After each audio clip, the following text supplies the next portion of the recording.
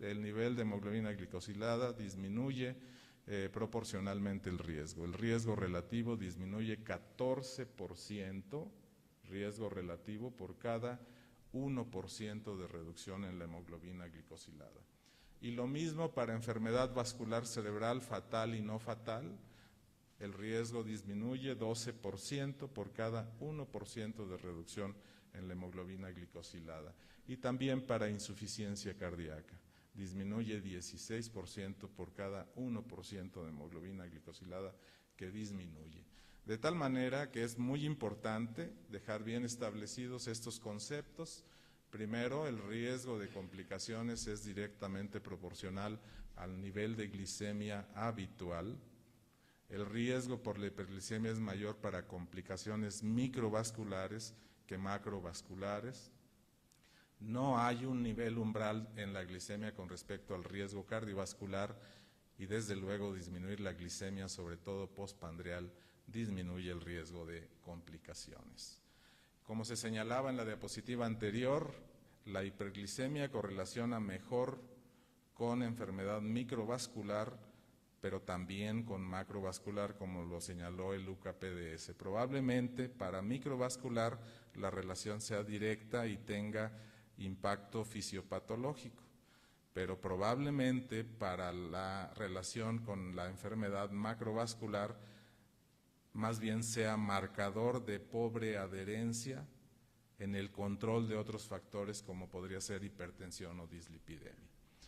Aquí para señalar el daño a nivel renal que la glucosa causa, la glucotoxicidad a nivel renal y el mecanismo fisiopatológico del daño endotelial como punto de partida del daño a nivel glomerular, y también a nivel de la retina, la correlación entre las alteraciones en la glucosa con las alteraciones microvasculares, la producción de factores de crecimiento del endotelio vascular, el aumento de mediadores de inflamación y de angiogénesis y por ello el desarrollo de retinopatía proliferativa.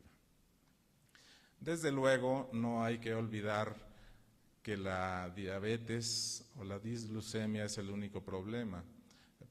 Que la disglucemia es el único problema en la diabetes. También está el problema de la dislipidemia, que con mucha frecuencia es de tipo mixto, tanto hipercolesterolemia como hipertrigliceridemia, y con mucha frecuencia también es dislipidemia heterogénica, es decir, elevación ligera de LDL, elevación de triglicéridos moderada y niveles bajos de HDL.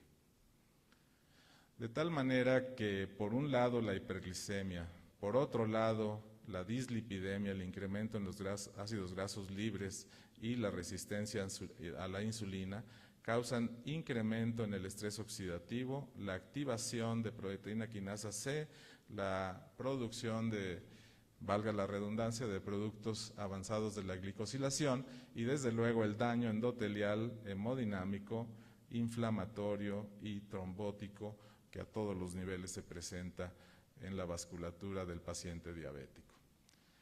El problema, como ya se mencionó, es la adherencia al tratamiento. Los impactos aún de la intervención intensiva en relación a la convencional no son marcados.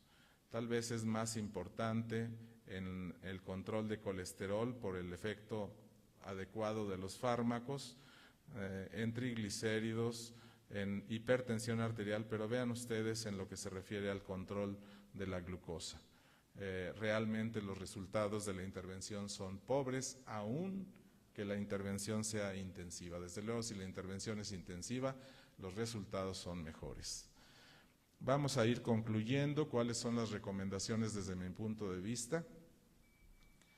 Primero, prediabetes, entre comillas, también es enfermedad. Mucho paciente con disglucemia, con glicemia en ayuno anormal, con intolerancia a la glucosa, tiene incluso criterios para síndrome metabólico.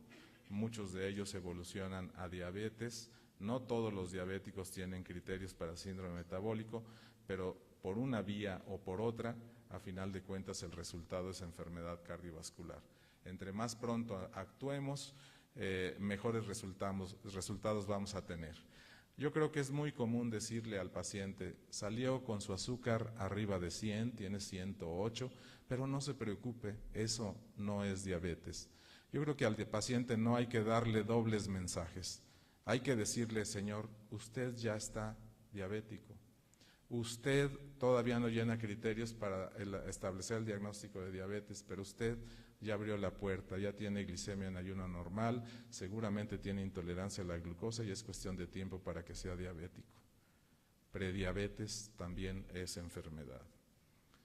Prehipertensión también es enfermedad. Si un paciente ya no tiene presión óptima, ya está en camino a la hipertensión. Si una persona tiene presión en rangos normales, ya no tiene presión óptima. Si un paciente tiene cifras de presión normal alta, ya no tiene presión normal y tampoco tiene presión óptima.